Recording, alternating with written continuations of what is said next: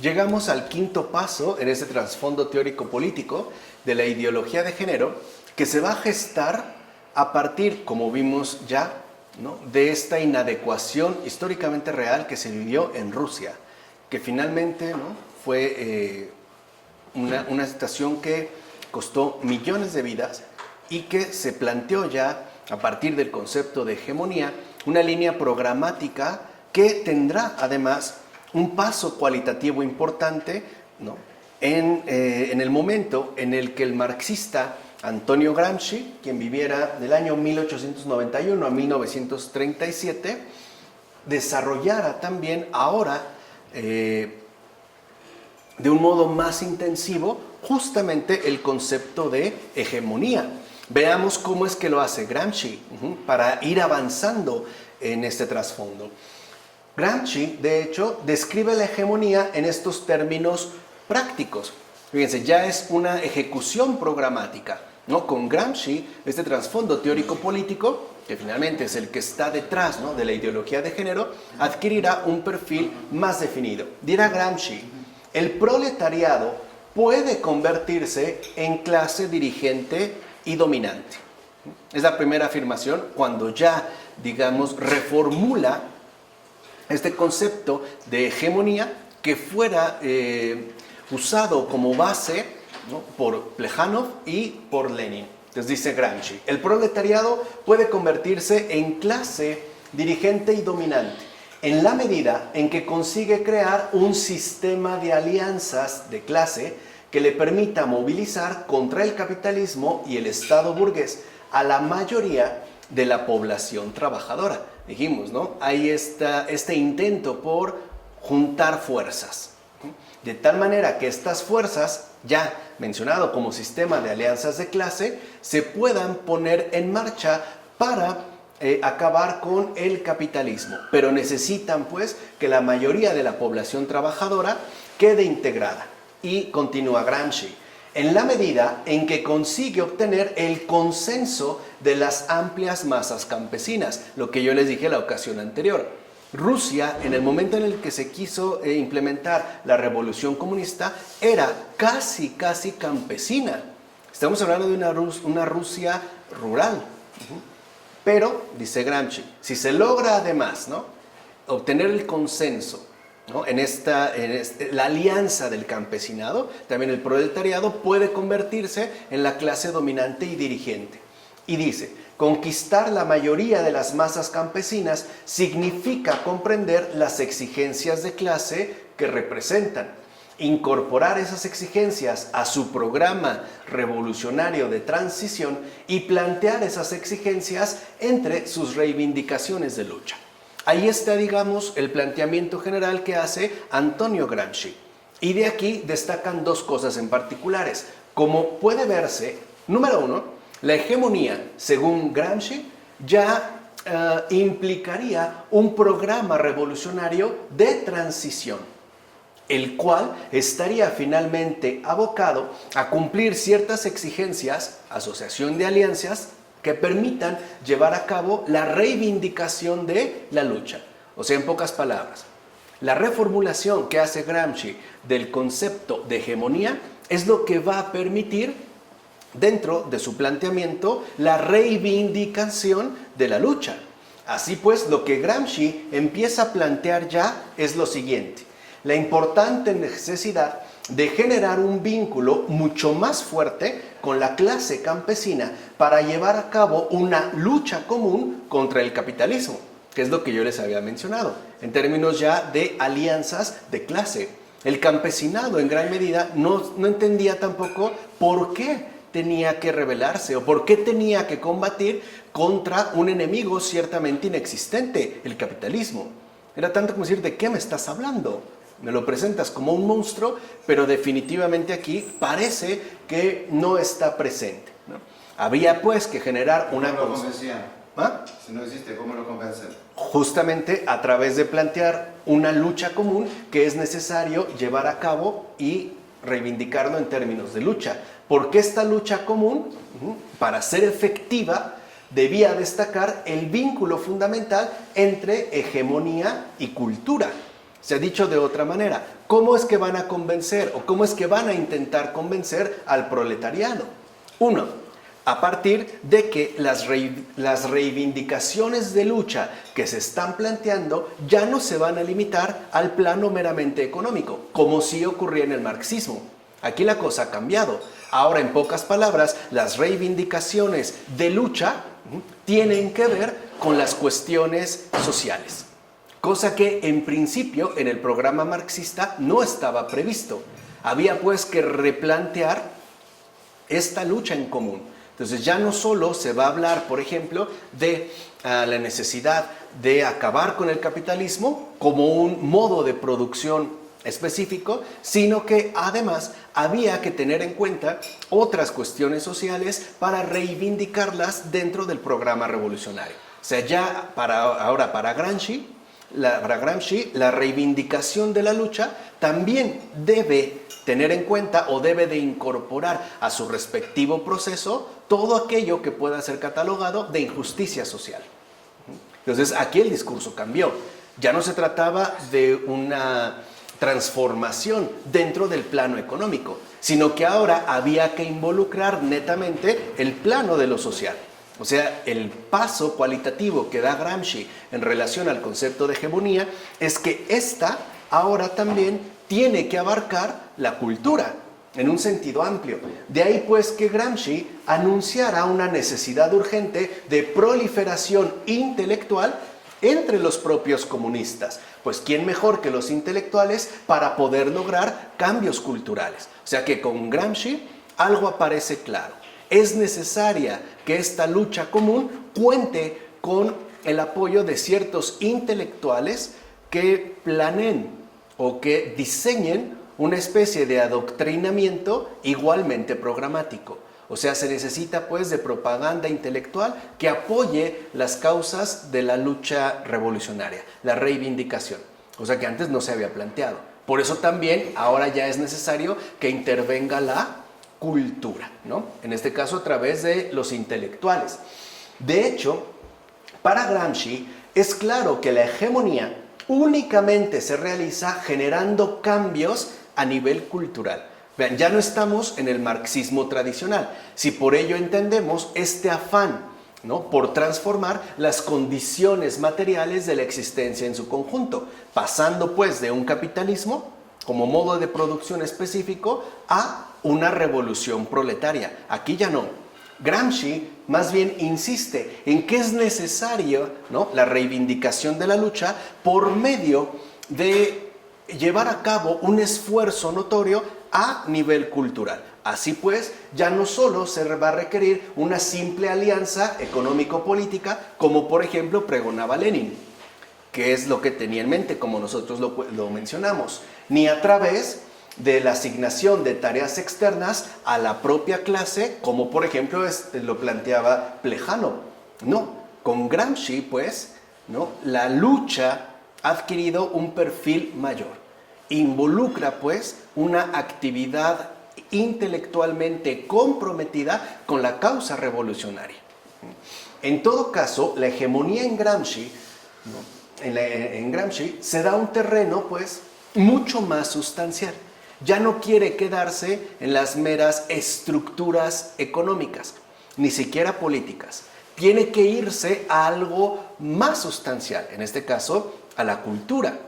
Porque, y aquí es donde entra lo importante, este terreno es justo, pues, ¿no?, sustancialmente de la cultura, porque es el que va a implicar los valores, las creencias y las identidades. Entonces, en Gramsci, la hegemonía ya va a exigir una subversión de los valores dominantes, de las creencias dominantes y de las identidades establecidas. Hay pues que socavar el marco cultural que está dado, digamos, en esos precisos momentos, ¿no? Por decirlo brevemente, la hegemonía no debe darse en la transacción de intereses materiales, como en principio lo había planteado la doctrina marxista. Ya no tenía que darse, pues, de esta manera, sino en el hecho de inyectar en los demás una misma concepción del mundo, que a final de cuentas sea la que anude lazos orgánicos de solidaridad entre grupos que pertenezcan a distintas clases sociales. Ahí está la estrategia hegemónica de Gramsci. Lo fundamental es que se pueda difundir una misma concepción del mundo, o sea, un adoctrinamiento ideológico, que si lo ven, ya no tiene que ver, al menos no de inmediato, con el nivel económico, ni tampoco con el nivel estrictamente político. Lo que hay que hacer es cambiar por completo la mentalidad de la gente, ya, para decirlo en pocas palabras. O sea, poner, ¿no? Fomentar, propagar, literalmente, esa es la propaganda ideológica, ¿no? Propagar en todos los demás una misma concepción del mundo, que predomine, pues, por decirlo de esta manera, una uniformidad del pensamiento. De tal forma, entonces, que la reivindicación de la lucha ahora permita que grupos distintos, por ejemplo, campesinos, obreros, etcétera, puedan quedar vinculados justo a una misma causa en común. En este caso, por ejemplo, a la reivindicación de todo el orden, mejor dicho, a la reivindicación de los presupuestos revolucionarios. Así pues, la hegemonía se convierte ya en el vínculo ideológico, ya no económico, que da sentido a la formación política realmente hegemónica. Entonces, este vínculo es, pues, el adoctrinamiento intelectualmente promovido. Empiezan con Gramsci. Ahora va a haber intelectuales que buscarán precisamente adoctrinar a toda la gente a través de fomentar una misma concepción del mundo. Así como se busca la uniformidad en los comportamientos, también el planteamiento de hegemonía que realiza Gramsci conlleva a la uniformidad del pensamiento. O sea, toda la gente tiene que pensar de la misma manera y por ende toda la gente tiene que actuar del mismo modo. Esta es, digamos, la extensión que realiza la formulación de Gramsci. En consecuencia, fíjense, el éxito del proceso hegemónico, es decir, la fusión entre grupos distintos acerca de la conciencia revolucionaria, depende de la confección intelectual de una ideología por completo contraria a la dominante, en tanto sea capaz de cuestionar el propio sentido común. Ese es el éxito de la causa revolucionaria. Promover, pues, un adoctrinamiento intelectual que, en tanto ideología, al final sea capaz de cuestionar el propio sentido común. ¿Se acuerdan cuando dijimos al inicio que lo que se buscaba era desdibujar la normalidad? Ahora entendemos por qué. Porque el éxito de esta causa revolucionaria, es decir, de esta subversión, consiste en ser capaces de cuestionar el propio sentido común, que es a lo que se ha llegado siguiendo esta línea en la ideología de género. Cuestionar que aquello que me indica el sentido común, por ejemplo, que soy un hombre, no sea este. Que seamos capaces de poner en cuestión el propio sentido común. Oye, pero tienes cuerpo de mujer, tienes un sexo de mujer, pero no eres mujer. Por mucho que el sentido común te lo indique. Tendríamos pues que dar paso a esta ideología que va a cuestionar, en último término, el sentido común, que es parte, en gran medida, lo que hoy se ha realizado. Por tanto, la ideología confeccionada debe ser capaz de contravenir la forma de ver el mundo, la forma de organizar la sociedad, las formas de vida aceptadas, los criterios económicos imperantes, la política que ostenta el poder, etc. ¿No son estas las reivindicaciones actuales de la ideología de género? Que no se queda ya a digamos, en un ámbito netamente sexual o de preferencia sexual, ¿no es cierto? Va mucho más allá, porque al final lo que se busca es esta contravención, esta subversión de la forma de ver el mundo, o sea, un cuestionamiento permanente, ¿no?, del propio sentido común, que a su vez se vea reflejada en la forma en la cual se organiza la sociedad, que se cuestionen pues las formas de vida aceptadas, que se pongan en entredicho los criterios económicos imperantes, que se cuestione incluso la política que ostenta el poder, etc. De ahí pues que Gramsci ponga en primer plano la importancia de la batalla cultural que toda revolución auténtica debe llevar a cabo. O sea, en Gramsci el concepto mismo, o mejor dicho, la exigencia misma de revolución ha cambiado. La revolución no está llamada a cambiar el ámbito material de este mundo. Si por ámbito material entendemos, según el marxismo, la dimensión económica y política.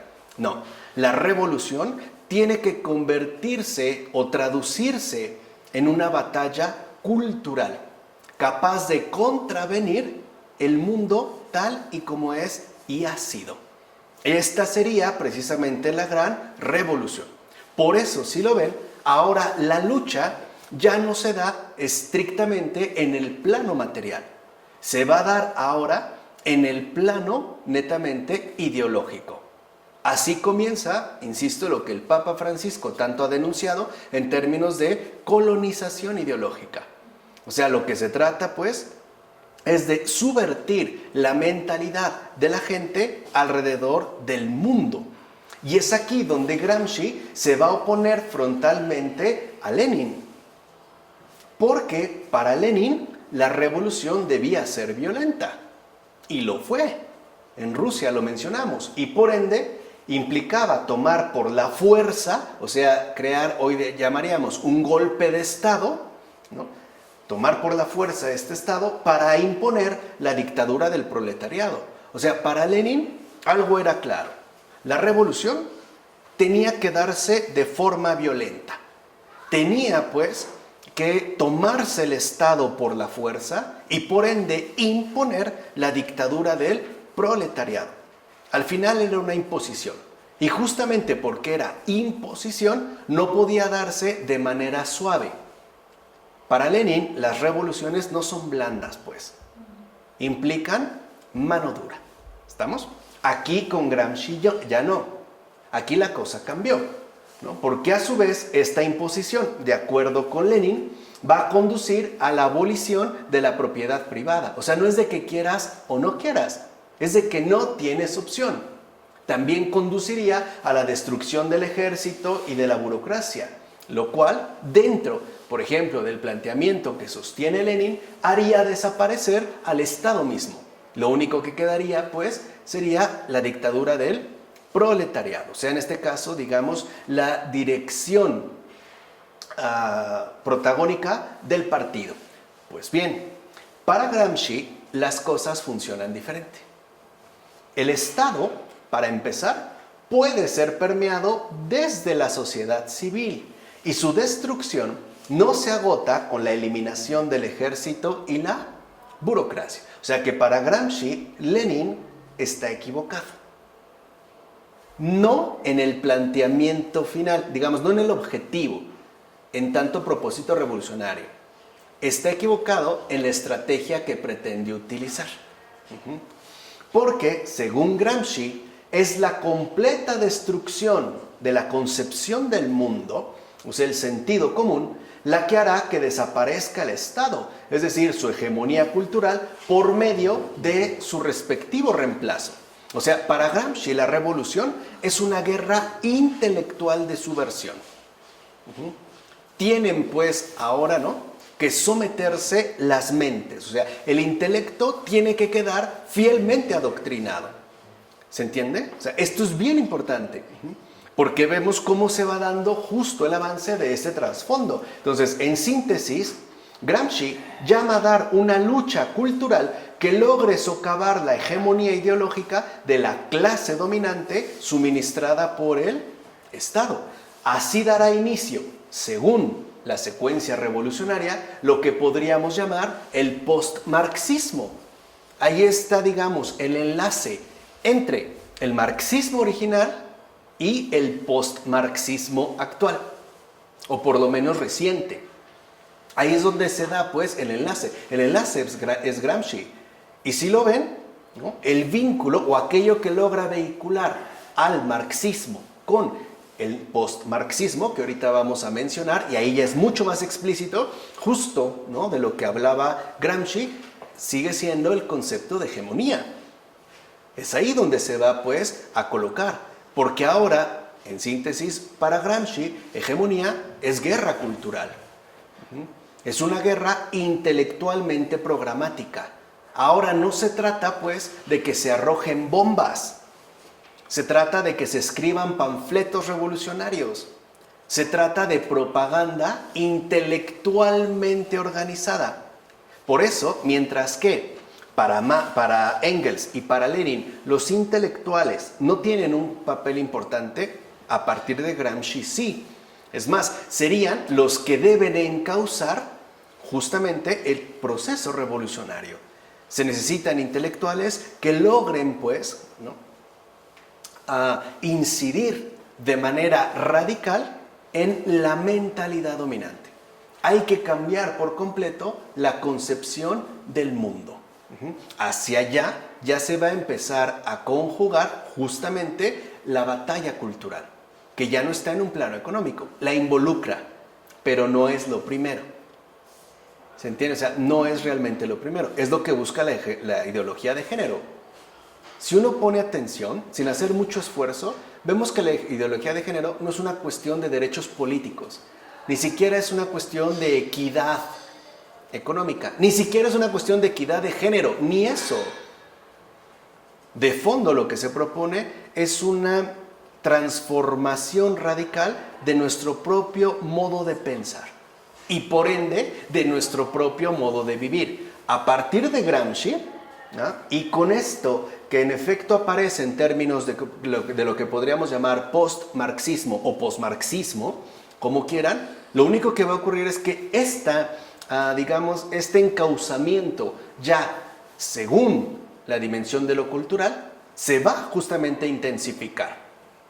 Ya no se trata de cambiar una estructura económica necesariamente. Lo que se trata finalmente es de subvertir el modo de pensar. Ahora, justamente lo importante, insisto, ya no es aventar bombas ni granadas, es escribir libros que logren incidir en la mentalidad de la gente. Ahora, los que están en el frente, en el frente principal de batalla, serán los intelectuales, o sea, los adoctrinadores, puestos al servicio de la causa revolucionaria, de la batalla cultural. ¿De acuerdo? ¿Se dan cuenta de este cambio? Bien, este tipo de postmarxismo, por ejemplo, fue desarrollado de modo intensivo por el argentino Ernesto Laclau y su esposa Chantal Mouffe. Ernesto Laclau tiene poco que falleció, y su esposa Chantal Mouffe. Ambos, juntos, ¿no?, como matrimonio, hicieron una revisión del marxismo, ahora para poder adecuarlo teórica y estratégicamente al mundo que nació a partir del fracaso de la Unión Soviética. Recuerden, las líneas, vamos a decirlo así, ortodoxas del marxismo oficial eran insostenibles a partir de el fracaso de la Unión Soviética, a partir de que la ex-URSS desapareció. Bueno, ¿qué hacen entonces Ernesto Laclau y su esposa Chantal Mouffe? Hacen una revisión del marxismo para que éste se pueda adecuar tanto teórica como estratégicamente, de manera principal, al mundo post-URSS, al mundo, pues, que ha surgido después de la desaparición de la Unión Soviética, que, como sabemos, el referente más inmediato es la caída del muro de Berlín. Ahora hay que cambiar, pues, los presupuestos teóricos y sobre todo hay que reformular los papeles estratégicos de la hegemonía, ¿entiende? De hecho, una de las tesis principales de los dos, aquí sí especialmente de Chantal Mouffe, se basa en lo agónico. Ella habla de la agónica en un sentido etimológicamente literal, porque agone en griego es combate, es lucha. Chantal Mouffe sostiene que hay que mantenerse en una especie de postura agónica, es decir, combativa. Lo que importa aquí es el combate, pero ya dijimos, ya no en un plano netamente económico, sino ya a un nivel netamente cultural. En tantos, lo que se busca es, ¿no?, subvertir por completo la concepción del mundo, el sentido común. En efecto, el postmarxismo de Laclau y Mouffe se propuso llevar a cabo la supresión del concepto de clase social como elemento teóricamente relevante. Claro, porque ya no tenía sentido hablar de una clase social. Ya no es aplicable. ¿Qué hay que hacer? Pues sustituirla. De hecho, hay que suprimirlo. Hay que ubicar un nuevo sujeto revolucionario. Ya no puede hablarse de una clase social. Al menos no como un elemento teóricamente relevante. Por eso lo que van a hacer ambos, tanto Laclau como Mouffe, es apoyar y desarrollar toda su propuesta a partir de lo dicho por Gramsci. Lo que hacen es tomar, ¿no?, la estafeta, tomarle la palabra a Gramsci y llevarlo un paso más adelante, de acuerdo a los replanteamientos teóricos y estratégicos que van a desarrollar. Así pues, contra ese intento desesperado por descubrir nuevos sujetos para la revolución anticapitalista, porque ya no son fácilmente encontrables, ¿no?, se han extinguido, entonces Laclau y Mouffe más bien van a poner el acento en la construcción discursiva de los sujetos. ¿Qué quiere decir? La construcción discursiva quiere decir, ¿no?, lo siguiente. ¿Qué significa esto? ¿Qué significa esto de la construcción discursiva de los sujetos? Significa que los discursos ideológicos son los que pueden dar origen a nuevos e impensados agentes de revolución. O sea, ahora hay que suscitarlos discursivamente. Hay que generarlos por medios, a través de medios ideológicos. Hay pues que estimularlos en términos discursivos. Y esto se debe a que, como dijera el filósofo John Austin, el propio discurso posee un carácter performativo, es decir, realizativo. O sea, dicho de manera breve, hay que fabricar y difundir relatos, discursos, que vayan generando conflictos funcionales, performativos, es decir, realizativos. Ese es el núcleo fundamental de la obra, tanto de Laclau como de Mouffe. Es necesario generar discursivamente conflictos funcionales. Hoy le hablan discursos de odio, discursos de no sé qué, pero forman parte de esta estrategia. Al final, lo que importa es una estrategia discursiva, que sea capaz tanto de fabricar ideológicamente como de difundir programáticamente ciertos tipos de relatos que en efecto sean capaces de generar conflictos funcionales. Y ahora se va a sostener que solo es el conflicto el que nos permite alcanzar una dimensión de vida performativa. O sea que solo a través del conflicto alcanzaremos nuestra verdadera realización. Y ahí es donde se da el cambio en relación a estos agentes de revolución. Entonces, el problema ya es otro. El problema va a pasar a ser entonces ¿cómo explicar la construcción ideológica de estos nuevos agentes de revolución? ¿Cómo se puede explicar? O sea, de estas nuevas identidades. Ahí está la estrategia. Ahora, un buen punto para generar conflictos funcionales es la identidad. Hay que empezar a convencer a los demás de que la identidad es algo que tú mismo construyes y que también es algo que te han venido imponiendo.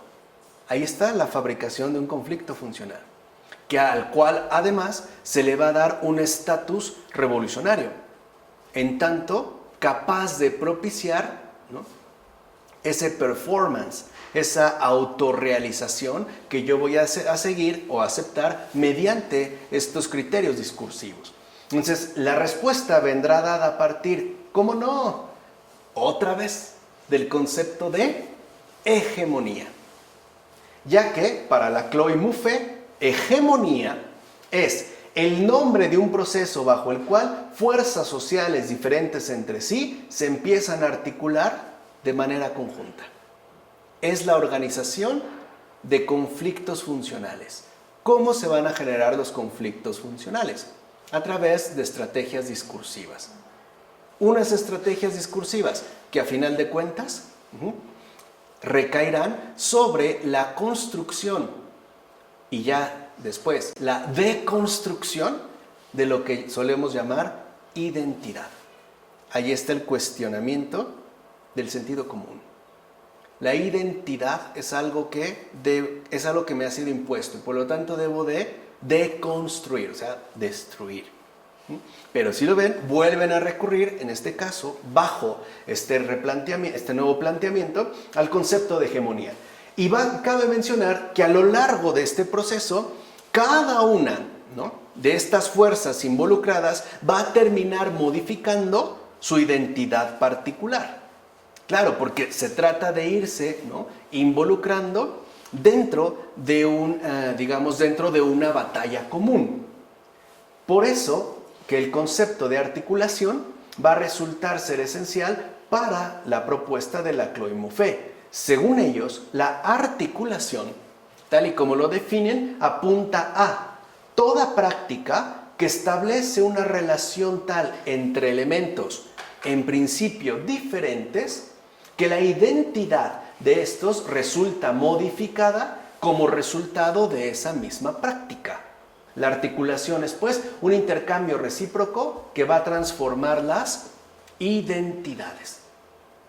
Aquí ya lo que se empieza a poner en juego es que la hegemonía, en efecto, apunta, en último término, a la transformación de las identidades por medio de este proceso de articulación. Ejemplo. Así pues, hay articulación política cuando dos elementos políticos diferentes entablan una alianza que a final de cuentas va a terminar por modificar la identidad de ambos elementos. Al principio son contrarios, pero este acercamiento, esta alianza, pues genera ciertas influencias de un lado hacia otro. Al final, ¿qué termina ocurriendo? Pues la identidad de ambos también va a quedar modificada, ¿no?, de acuerdo a esta cercanía. No obstante, para que una articulación sea realmente hegemónica, esta debe darse al interior de un marco de antagonismo social, o sea, dentro de un espacio dividido por el conflicto, por la tensión social que suscita la división. O sea que, para que haya articulación, primero tiene que haber, ¿qué? Conflicto. No es esta antigua consigna de que del caos viene el orden. No es la expresión intelectual de esa consigna antigua, del caos viene ¿qué? El orden. No es importante por eso para el postmarxismo de Laclau y Mouffe, ante todo, lograr establecer un marco permanente de antagonismo social. O sea, que todo esté dado en base a los conflictos y que sean estos conflictos, ¿no?, reflejados dentro de un espacio dividido justo por este conflicto, que a su vez permita una articulación realmente hegemónica. O sea, para que haya articulación, tiene que haber oposición previa. Tiene que haber, pues, un marco de antagonismo social. Y después, tratar de, ¿no?, juntarse. En pocas palabras, lo fundamental en este caso es que haya una tensión social que suscite la división.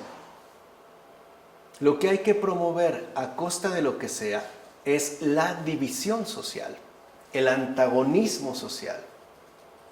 Ahora la sociedad es un espacio dividido justo por el conflicto.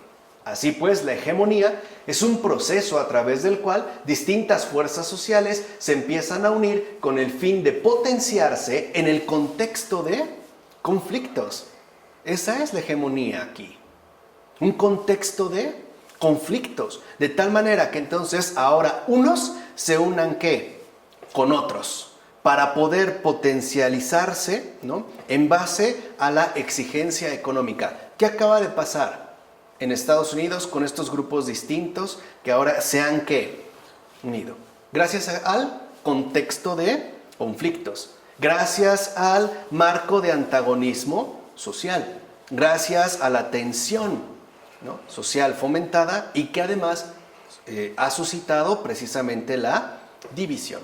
En pocas palabras, para que haya hegemonía, primero tiene que haber un contexto de conflictos. El conflicto ahora se coloca en primer lugar. Lo primero que tienes que generar entonces son conflictos. Ya después podremos avanzar.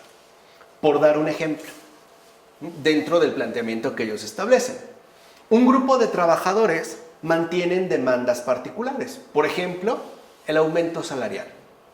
Bien, ¿no? Muy bien. Ok. Por otra parte, un grupo de mujeres construyen demandas de protección frente al abuso y los casos de violencia contra el sexo femenino. Bien. Por su lado, grupos de indígenas reclaman porciones de tierra basadas en las posesiones de sus antepasados. Y podríamos añadir, y por otro, un grupo de ecologistas radicales reclaman el deterioro medioambiental alrededor del mundo. En principio, ¿qué tienen que ver unos con otros? Nada. Pero ya hay un contexto de conflicto. Bien, lo que habría que hacer, según Laclau y Mouffe, es lograr instituir un discurso. Eso es lo que les decía, esa es la unificación.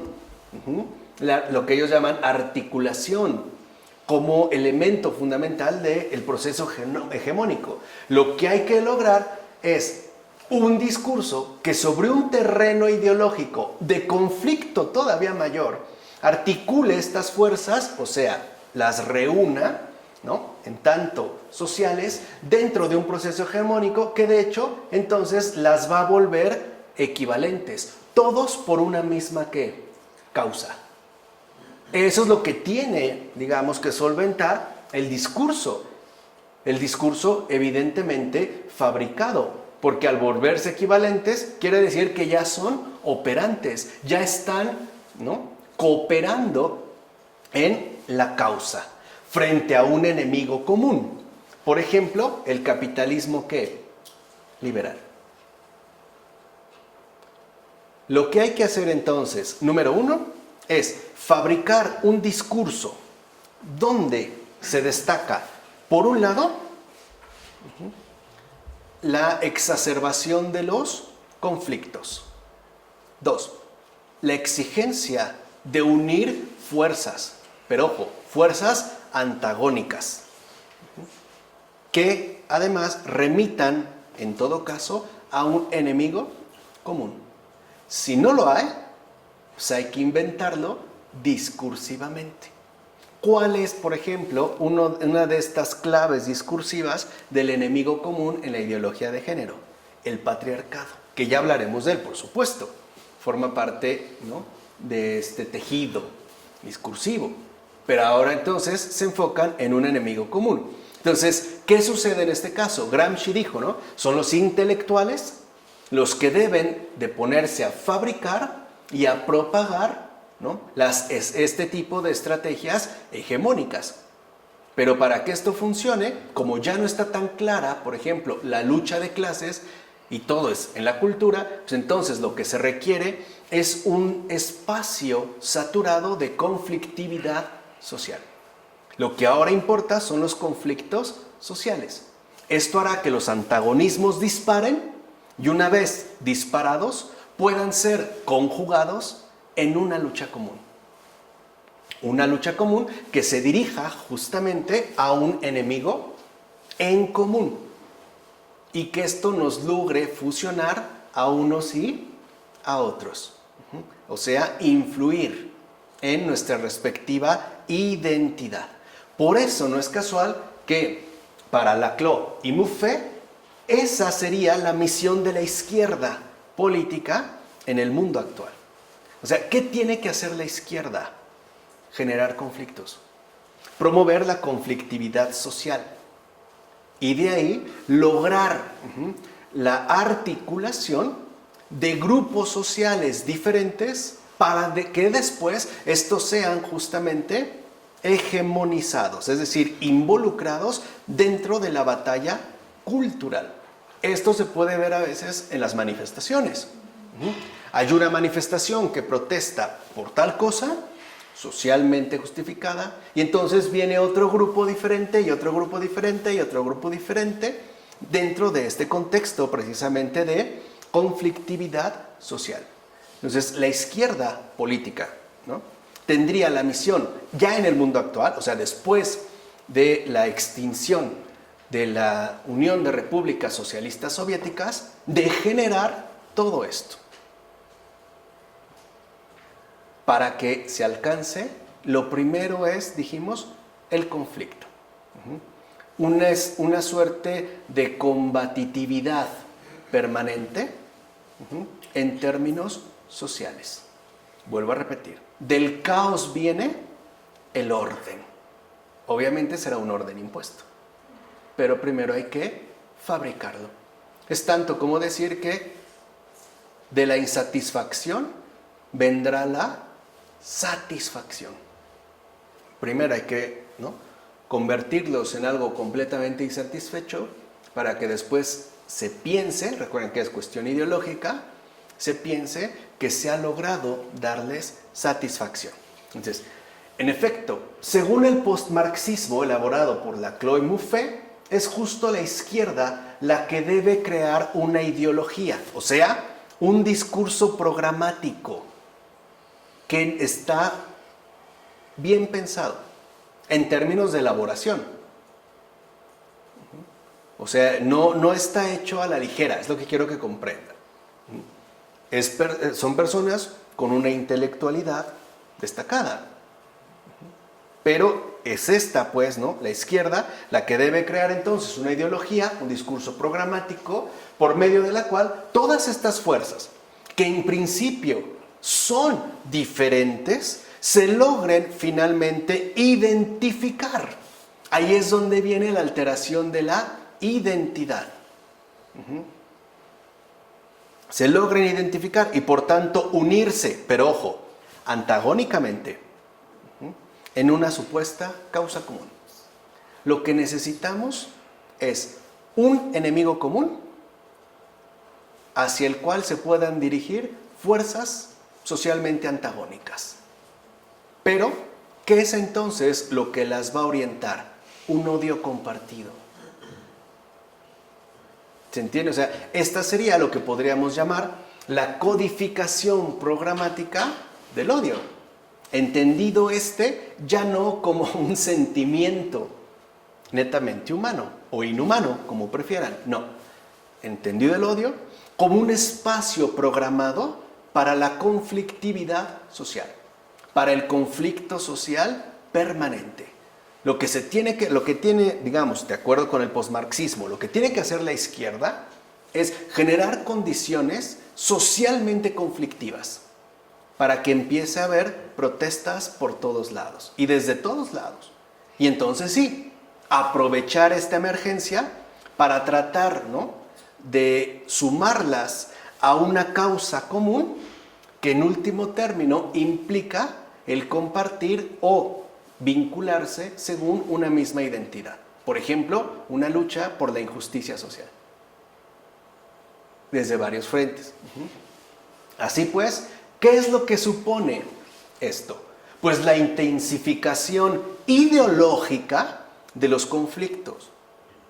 Ya no se necesitan, vuelvo a insistir, ¿no?, a la Lenin, aventar bombas Molotov, escribir twitters, hacer una publicación, escribir un libro breve, dar una conferencia, elaborar un discurso, y ya en el caso de los más atrevidos, pues escribir un libro. Claro, no más de 100 hojas, si no va a ser difícil que se lea. No, pues, la verdad. Si alguien te sale con sus 4 volúmenes de 800 páginas, te mandan al carajo. No, tiene que ser algo ya, ¿no?, digamos, digerible rápido.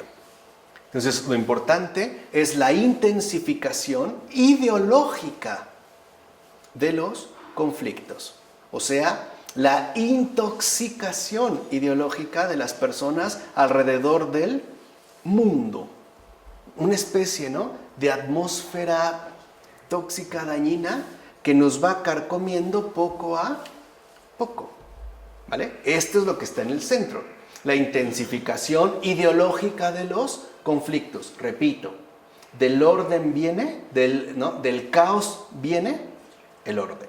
Bien, en consecuencia, es la nueva izquierda la que debe proporcionar ideológicamente este pegamento, ¿no?, que invente, unifique y potencialice la mayor cantidad de conflictos posibles.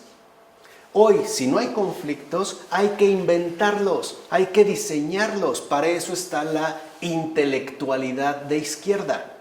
Para eso están, pues, los de izquierda, para inventar, unificar y potencializar la mayor cantidad de conflictos posibles. Y por cierto, también los de la derecha. Ya es un juego común. También, ¿vale? Bueno, al menos no todos, pero algunos sí, ¿vale? Evidentemente, tales conflictos no necesitan ya aportar una clara naturaleza económica, no, sino que sobre todo deberán ser de tipo social, es decir, de carácter socialmente incuestionable y por ende inobjetable, lo que dijimos al principio. ¿Quién va a decir que no a una protesta de ese tipo? Por ejemplo, la violencia doméstica, que es un asunto delicado. ¿Quién va a decir que no? Pero entiéndase, no es esto lo que está en cuestión. Es la potencialización de este conflicto para otro fin diferente. ¿Se entiende? O sea, lo que se busca, al parecer, es que haya una enorme cantidad de inconformidad. Para que esta inconformidad, en términos sociales, sea utilizada como una fuerza dirigida hacia un enemigo común. ¿Estamos? Es como lograr, pues, que salgan. Y una vez que salgan, pues, literalmente, ¿no?, los involucramos, los enredamos a todos. Bueno, de ahí que, como afirma Laclau y Mouffe, la hegemonía se logra cuando una fuerza política determina, entiéndase, inventa e impone el complejo de significados y palabras, y por añadidura la forma de pensar, a través de los cuales deberán conducirse todos aquellos que se encuentren bajo su mando y dirección. Lo que les dije, uniformidad de pensamiento. Tiene que darse una estrategia ideológicamente diseñada para inventar e imponer todo un discurso que efectivamente logre mantener, ¿no?, bajo control a todos aquellos que estén implicados dentro de esta fuerza política. Ciertamente, dicho logro es posible y tiene sentido bajo la Revolución Democrática. Vean, ya no se trata de generar condiciones de hostilidad, sino al contrario, aprovechar, dijimos, ¿no?, es la reformulación del marxismo aplicado a el tiempo posterior a la extinción de la ex-URSS.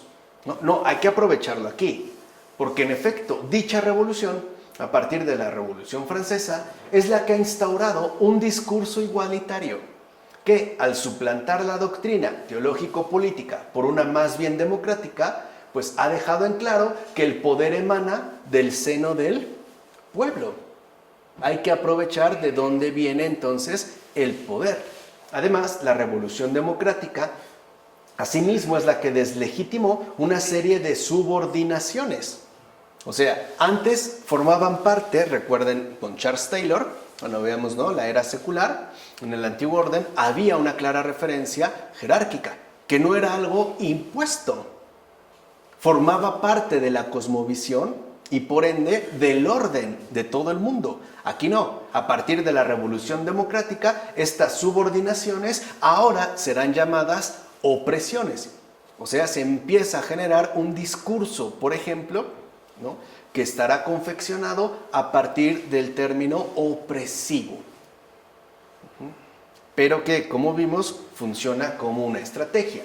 Y esto es justamente lo que amplió y desató, según Laclau y Mouffe, el desarrollo de los antagonismos sociales. O sea, la Revolución Democrática Será, por tanto, la sede del antagonismo conflictivo entre opresores y oprimidos. Ya no necesitamos lucha de clases. ¿Se dan cuenta? Ya no.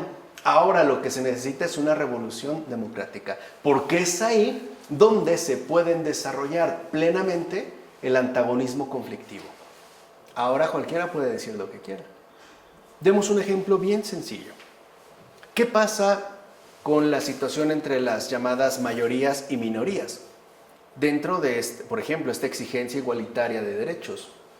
Hoy hay un serio problema. Hoy parece que la balanza se inclina dentro del antagonismo social a las minorías. Ahora pareciera, ¿no?, que las minorías pueden incluso prevalecer sobre enormes mayorías. De fondo, ¿eso qué trae consigo? Conflicto. Conflicto social. O sea, hay que aprovechar, pues, la propia situación democrática para generar el antagonismo conflictivo. Hay que sacarle provecho, pues. No hay que cambiar las condiciones. Hay que reencauzarlas hacia el propósito buscado, ¿no? El antagonismo conflictivo. De ahí que para estos autores la revolución democrática sea el terreno de una constante e ininterrumpida emergencia de antagonismos. O sea, no necesitamos cambiar la situación. De ahí debemos partir, porque es justamente esta revolución democrática la que nos ofrece la alternativa permanente de conflictos y disputas. Qué difícil ciertamente parece, ¿no?, llegar a ponerse de acuerdo bajo un modelo democrático. Es tanto como a veces puede ocurrir entre las familias, ¿no? Ay, ya tengo hambre, vamos a comer. ¿Qué quieren comer? No, pues yo sushi. Ay, no, yo quiero hamburguesa. No, yo quiero espagueti. Yo quiero, pues cada quien que coma lo que quiera y no nos vamos a decir. Es esa la conflictividad social. O sea, lo pongo como ejemplo, no tanto como denuncia, ¿no? Lo pongo como ejemplo para que uno se dé cuenta de qué manera están asumiendo esta revolución democrática. O sea, como una fuente constante, ¿no?, una interrumpida fuente de antagonismos. De ahí, pues, habría que aprovecharlos. En consecuencia, al entender la democracia como un terreno fértil en antagonismos y conflictos sociales, el proyecto socialista, entiéndase postmarxista, es el que deberá desarrollarse a partir de aprovechar y sobre todo fomentar la multiplicidad de puntos antagónicos que, bajo la dirección ideológica propuesta, deberán emerger con gran fuerza. O sea que el proyecto postmarxista deberá crear o intensificar los conflictos sociales. Por poner otro ejemplo, ¿no? Puedo llegar con Malú, decirle, oye, ¿sabes qué? No te dejes explotar de esa manera. Tú tienes derechos. Es importante que los defiendas como persona, tienes derecho a tal, ¿no? Y después voy, a lo mejor, con el dueño de la empresa, con mi buen amigo Diego, ¿sabes qué? No te dejes manipular así por tus trabajadores. Tienes todo el derecho para expresar tu inconformidad y exigir. Y lo que se trata es justamente de o inventar o, si no, intensificar los conflictos sociales. Para eso tenemos democracia. Esa es la estrategia de la nueva izquierda. Asumir y describir la democracia como un terreno fértil en antagonismos y también ciertamente en conflictos. Se puede ver incluso desde una situación común de vivienda, un edificio.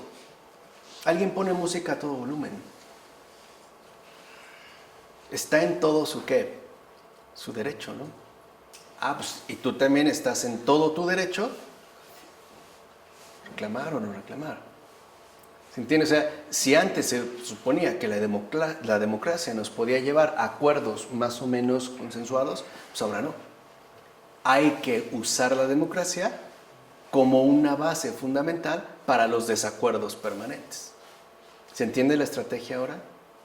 Tiene este trasfondo. Entonces, por eso todos van a hablar de que tenemos, o se nos va a invitar a que todos hablemos de que tenemos ¿qué? Derechos.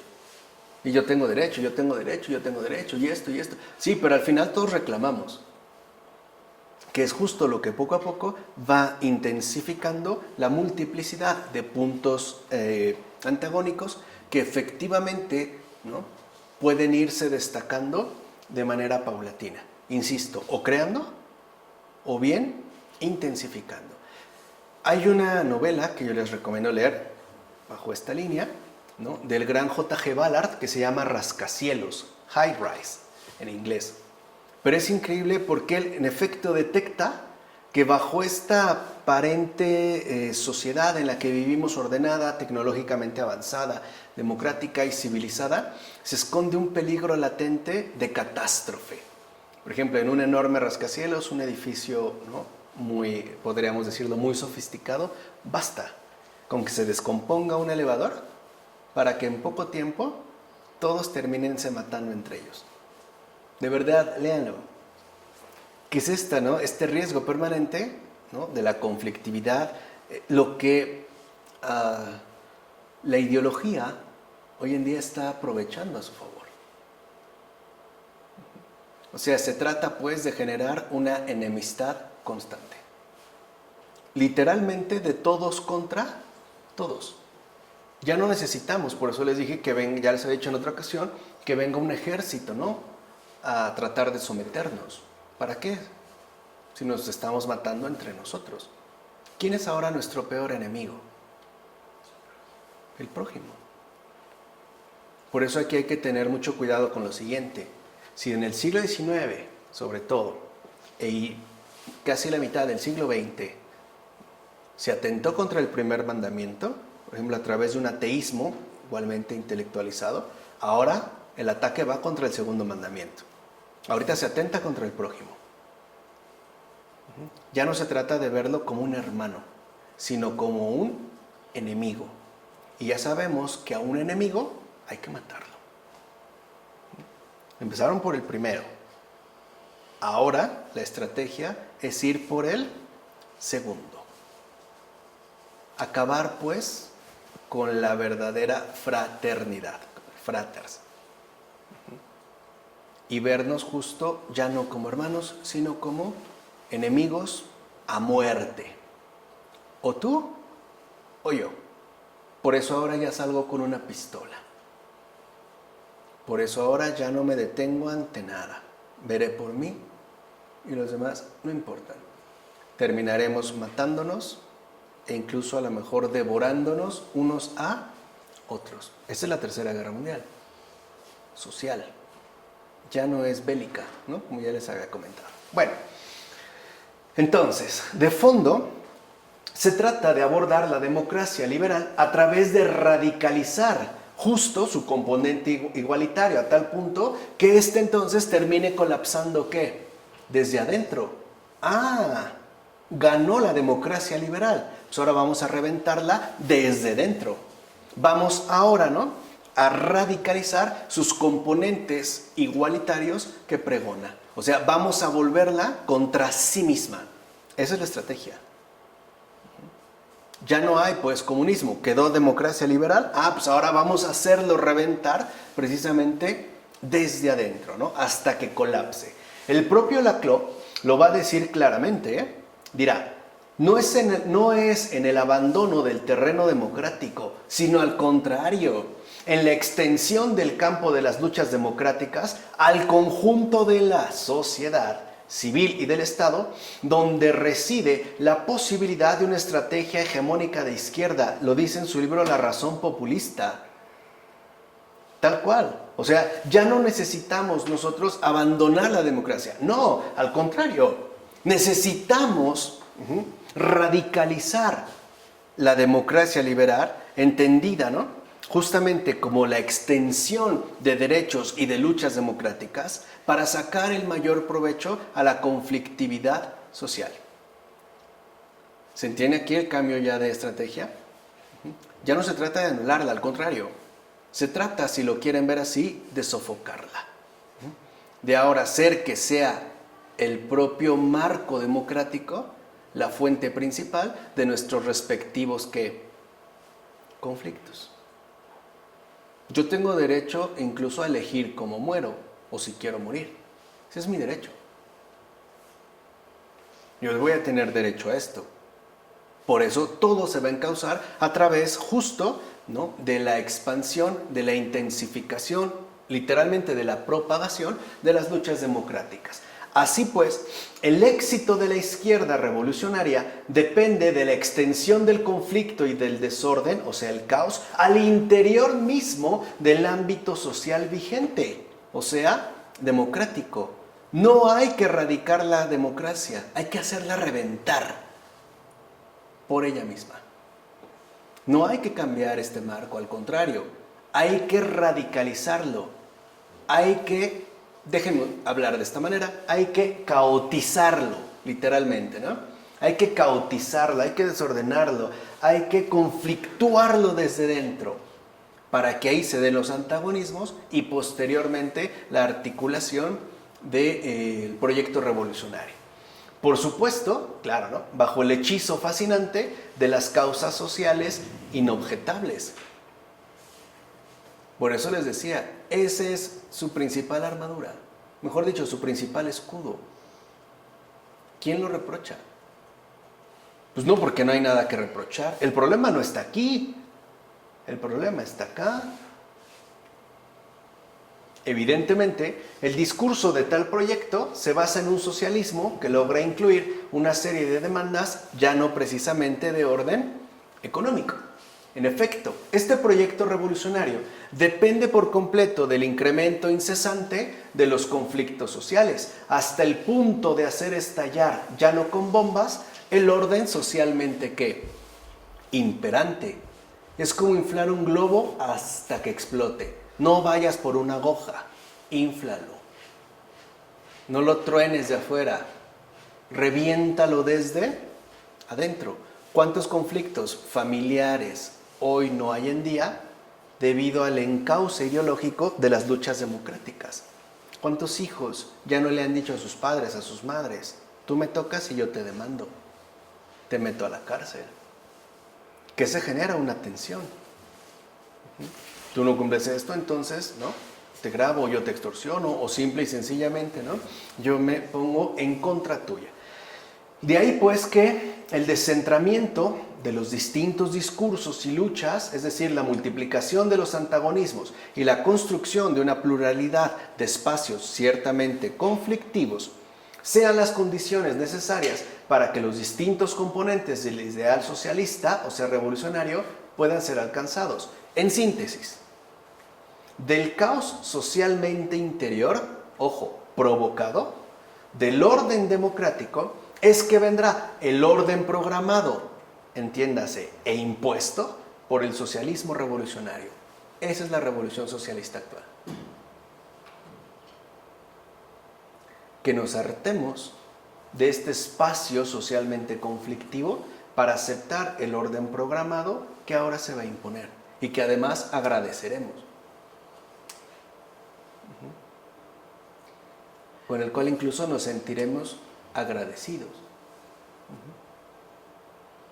Por eso es importante tener en cuenta ya esta síntesis. A final de cuentas, el éxito del proyecto postmarxista depende por completo de una rápida difusión y promoción de la conflictividad social. No te quejes. Piensen en la cuestión de las denuncias. Ahora nos invitan a que seamos nosotros el que denunciemos. ¿No nos tomamos fotos y nos grabamos? ¿Cuánta gente no hay que lo grabó a otra persona tirando basura y el otro se enojó y le pegó y lo demandó y vas a ver y le disparó y tal? Nosotros mismos lo generamos. Balconeé a mi vecino, ¿no? Viralicé tal cosa. Entre nosotros está esta conflictividad. Ya nosotros mismos estamos, pues, ¿no?, formando parte de esta enorme estrategia. Así pues, con el posmarxismo, la lucha de clases ya terminó. Eso ya no existe. O sea, cuando alguien todavía dice actualmente, ¿no?, es que los burgueses, ya no sé de qué está hablando. Al menos debería de leer a este sociólogo Richard Sennett, al menos, por lo menos mínimamente, su librito de cuando habla sobre esta nueva etapa del capitalismo, que ya no es justamente el del marxismo, sino bajo la nueva era del capitalismo, algo así. de Richard Sennett. Al menos para ver que ya no estamos pues dentro del mismo contexto, ¿no? Pero bien, en su lugar entonces ya se ha dado paso al consiguiente nacimiento de una batalla cultural, que bajo este armazón teórico lo que va a promover es una lucha ideológica de enorme conflictividad social, que es lo que todavía en estos momentos estamos padeciendo, y no me van a decir que no. Dentro de esta línea, justamente, ¿no? Asumida por ya el postmarxismo, ¿no? Ernesto Laclau, Chantal Mouffe, quienes a su vez tomaron, digamos, el elemento de hegemonía desarrollado o reformulado por Antonio Gramsci en términos de hegemonía y lo hicieron llegar hasta este punto, al punto ya de una lucha ideológica que tiene como propósito generar ante todo una enorme conflictividad social, hacer colapsar pues el modelo democrático desde dentro, a través precisamente de los espacios abiertos por ella. Por eso, parafraseando lo que dijera Benedicto XVI, casi recién de que fue nombrado justamente Papa, ¿no? Es que el verdadero enemigo no está fuera, está dentro. Y por ahí es donde hay que buscar. ¿De acuerdo? Vamos a dejar hasta aquí. Del Padre, del Hijo, del Espíritu Santo. Amén.